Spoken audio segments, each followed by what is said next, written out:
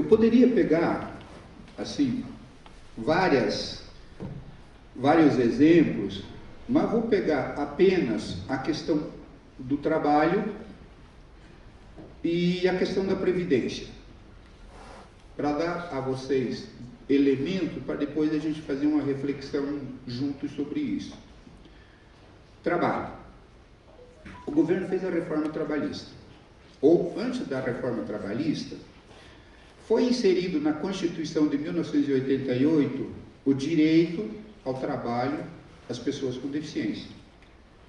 No setor privado, isso foi regulamentado depois, em 1991, pela Lei 8213, no artigo 49, se eu não me engano. 93, desculpa. É onde trata da reserva de vagas lá para pessoas com deficiência. Ainda que aquela lei pudesse ser aplicada imediatamente, ela só passou a digamos assim, ser um pouco mais trabalhada com o Decreto 3298 de 1999, porque as empresas argumentavam que dependia de regulamentação, blá, blá, blá, blá, blá. De lá até hoje, tudo o que as empresas fazem,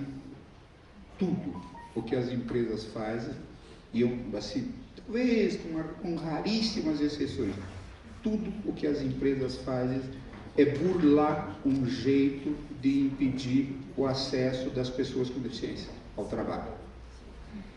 Burlam de todo o jeito. Primeiro, criando um monte de subterfúgios. Então, as empresas que contratam hoje, elas só contratam, tem algumas inclusive que preferem pagar multa, né? Mas elas só contratam depois de sofrer fiscalização do Ministério Público do Trabalho ou do Ministério do Trabalho, são notificadas, firmam termo de ajustamento de conduta, e mesmo com termo de ajustamento de conduta, ainda assim elas acham um jeito de ir protelando. Então, a maioria delas, quando elas se veem diante do pagamento de multa, porque às vezes as multas são pesadas, aí eles contratam. Só que quando eles vão contratar, o que acontece? Eles vão dar preferência sempre para aquelas pessoas com deficiências leves. Então, em vez de cego, baixa visão. Em vez de baixa visão, monocular, porque depois que introduziram o monocular, ferrou de vez com a vida da cegaiada, né? Do ponto de vista do mercado de trabalho. Muito raro, né? Então, a questão do trabalho para as pessoas com deficiência já era difícil antes da reforma trabalhista.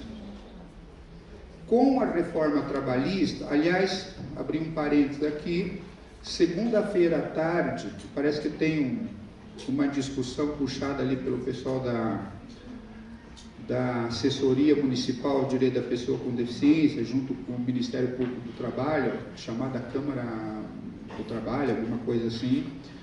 Tem uma promotora do Ministério Público do Trabalho vai fazer uma palestra sobre os reflexos da legislação trabalhista na questão do trabalho das pessoas com deficiência.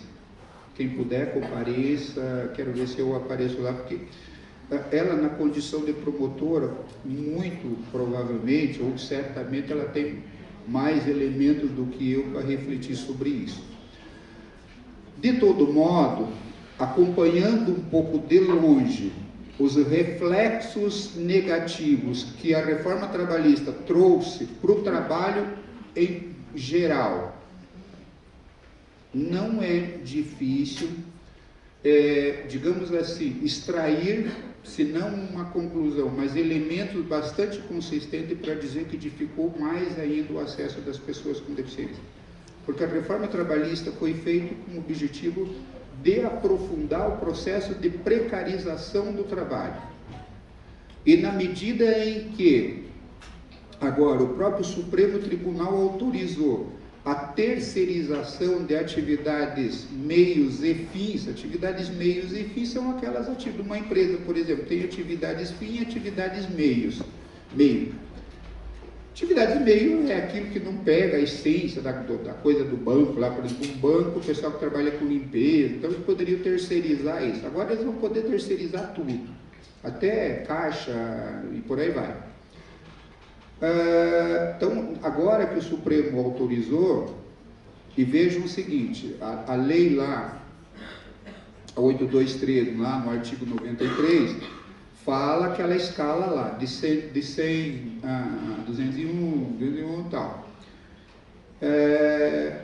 Muitas empresas hoje, terceirizadas, não têm 100 funcionários.